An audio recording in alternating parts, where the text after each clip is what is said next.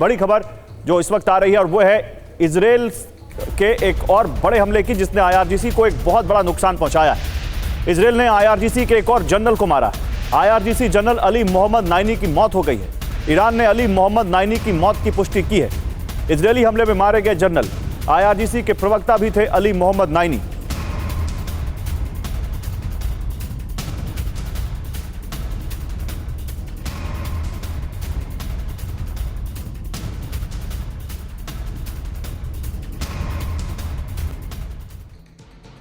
तो आईआरजीसी को बहुत बड़ा झटका।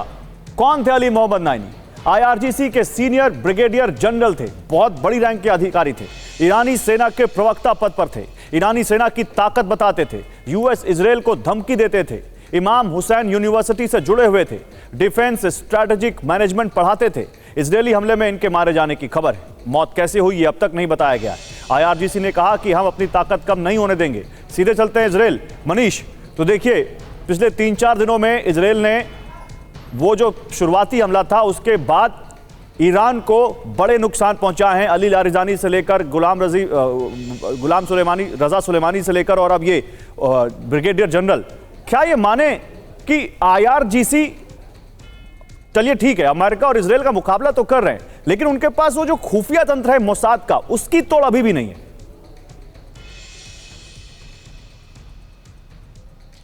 देखिए ये बात तो है ही कि अमेरिका और इजराइल की तरफ से जो एयर स्ट्राइक किए जा रहे हैं उसका परिणाम यह है कि एक के बाद एक आईआरजीसी या ईरान की रिजीम के जो टॉप लीडरशिप के लोग हैं वो सब मारे जा रहे हैं और पहले ही दिन से मारे जा रहे हैं। ईरान के सुप्रीम लीडर से शुरू करें बात और फिर सिक्योरिटी चीफ अली लारिजानी तक, और अभी अभी जो खबर आई है कि आईआरजीसी के स्पोक्स पर्सन, ये सब मारे जा रहे हैं और ये सिलसिला जारी रहेगा। तो एक तरफ देखिए लगभग में 7,000 से 10,000 के बीच एयर स्ट्राइक हुए हैं और उसमें टारगेटेड अटैक हो रहे हैं। तो जाहिर है कि रिजीम से जुड़े हुए जो सभी पावरफुल लोग हैं उन सबको एक के बाद एक मारा जा रहा है और जो जीवित हैं वो कब तक जीवित रहेंगे ये कहना मुश्किल है। लेकिन हाँ, उधर से भी कार्रवाई हो रही है। जैसे इस वक्त मैं गौरव आपको बताऊं तो मैं इस वक्त मौजूद हूं हाइफा के पास नहारिया इलाके में। अक्सर हम कहते हैं कि नहारिया में हिजबुल्लाह की तरफ से रॉकेट और मिसाइल से हमले होते हैं, ईरान से मिसाइल होते हैं।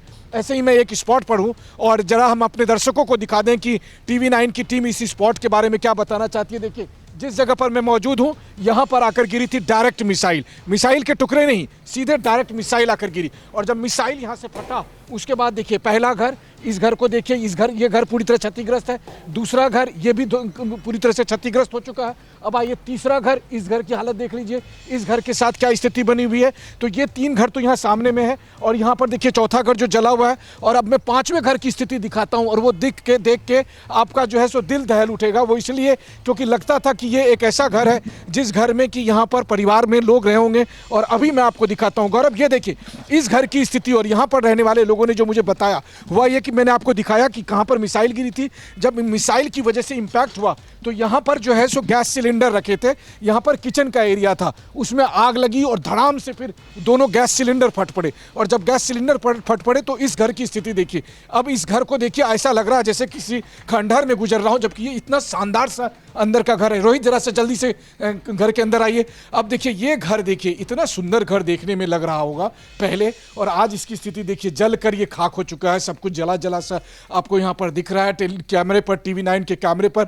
इस वक्त आप इजराइल में हुई तबाही की वो तस्वीरें देख रहे हैं। देखिए पूरा घर का सारा हिस्सा सब जला हुआ है और इस घर की ये स्थिति है। टीवी9 इस घर के अंदर से मौजूद होकर, नहारिया में इस घर के अंदर से मौजूद होकर आपको एक एक हिस्सा यहाँ दिखाने की कोशिश कर रहा कि ये सब कुछ यहाँ है। वो तो अच्छा भला ये हुआ कि ये जो 4-5 घर जो मैंने आपको दिखाया, इसके सभी लोग जो है यहीं बगल में शेल्टर में मौजूद थे। अभी वो मुझसे बात कर रहे थे तो उन्होंने बताया कि शेल्टर में मौजूद थे और शेल्टर पे इसे एक शेल्टर का ये हिस्सा देखिए, ये जो दीवार का हिस्सा, ये शेल्टर का हिस्सा है, ये भी आधा जो है सो दीवार जो है सो टूटा हुआ सा दिख रहा है। वो इसलिए कि मिसाइल का इतना बड़ा इंपैक्ट पहुंचा था। तो इस वक्त जब हम यहाँ पर मौजूद हैं और इस वक्त जब टीवी9 आपको दिखाने की कोशिश कर रहा है कि देखिए नहारिया इलाके में क्या हुआ है। देखिए एक तो बात बात आप बहुत कॉमन देख रहे होंगे कि जहां जहां मिसाइल गिरते हैं वहां बहुत सारे इजरायली झंडे इस तरह से लगा दिए जाते हैं। ये प्रतीक के तौर पर कि पूरा देश इस हमले को जो है सो झेल रहा है और इसका मुकाबला करने को तैयार है। लेकिन हाँ, अगर ईरान में लोग मारे जा रहे हैं, ईरान की लीडरशिप तबाह हो रही है, तो थोड़ा ही बहुत सही, लेकिन इजराइल भी उसकी कीमत चुका रहा है। और टीवी 9 ऐसे ही बड़ी एक बात कह स्पॉट रहे से हैं और आपने बड़े अच्छे से ग्राउंड पर इजराइल को क्या नुकसान हो रहा है ये भी दिखाया है। ना केवल ईरान को नुकसान हो रहा है, इजराइल को भी नुकसान हो रहा है। लेकिन ब्रिगेडियर दत्ता, एक मिलिट्री स्ट्रैटेजिस्ट होने के नाते आपको क्या लगता है, अगर एक एक करके इस तरह से बड़े अधिकारी मारे जाएंगे तो फोर्स का मनोबल टूटता है या नहीं? हाँ बिल्कुल, यकीनन देखिए किसी भी आर्मी के लिए मोराल एक बहुत बड़ा फैक्टर होता है। और जिस तरह से टोटल मिलिट्री लीडरशिप जो है उसको खात्मा किया गया है, टोटल उनकी जो रिलीजियस लीडरशिप थी या जो पॉलिटिकल लीडरशिप थी, ये जो उनका जो त्रिकोणीय अटैक हो रहा है इजराइल और अमेरिका का, ये यकीनन उनके मोराल पे फर्क डालेगा। दूसरी चीज देखिए, अब जो नए लीडर आ रहे हैं उनके पास वो कॉम्बैट एज नहीं है या उनके पास वो कॉम्बैट एक्सपीरियंस नहीं है जिससे वो अपने जो ऑपरेशंस हैं उनको सक्सेस की तरफ ले जाएं। आप ये देखिए, ज्यादातर जो आपका जो कैजुअल्टीज हैं वो लीडरशिप की हो रही हैं, इक्विपमेंट की हो रही है। और आप देखिए जो यंग लीडरशिप है उसको पास उतना एक्सपीरियंस नहीं है। तो यकीनन ये बताता है कि किस तरह से उनके जो मोराल है उस पर फर्क पड़े। मनीष ने बिल्कुल ठीक कहा कि साहब ये पता नहीं है जो लोग जीवित हैं कि वो कब मारे जाएं। और मुसाद और CIA का जो ऑपरेशन हो रहा है, मुसाद तो जाना जाता है इस चीज के लिए।